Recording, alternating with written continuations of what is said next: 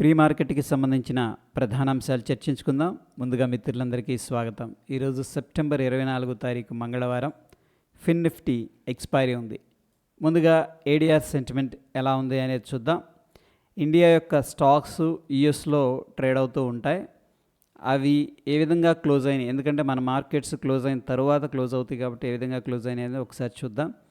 Infosys, Wipro, ICICI bank నెగిటివ్లో close అవగా HDFC bank, doctor Reddy's పాజిటివ్గా క్లోజ్ అయింది.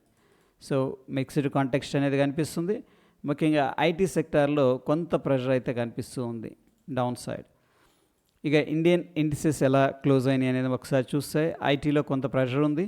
దాని తర్వాత మనం చూసుకున్నట్లయితే PSU bank, Nifty realty, Nifty energy, infrastructure కావచ్చు, కమోడిటీస్ కావచ్చు మంచి స్వింగ్లో ఉన్నాయి. ముఖ్యంగా పిఎస్యు బ్యాంకు రీసెంట్గా ఏంటంటే కరెక్షన్ తీసుకోవడం, అగైన్ ఒక ఇంపార్టెంట్ లెవెల్స్కి వచ్చినాయి. కొద్దిగా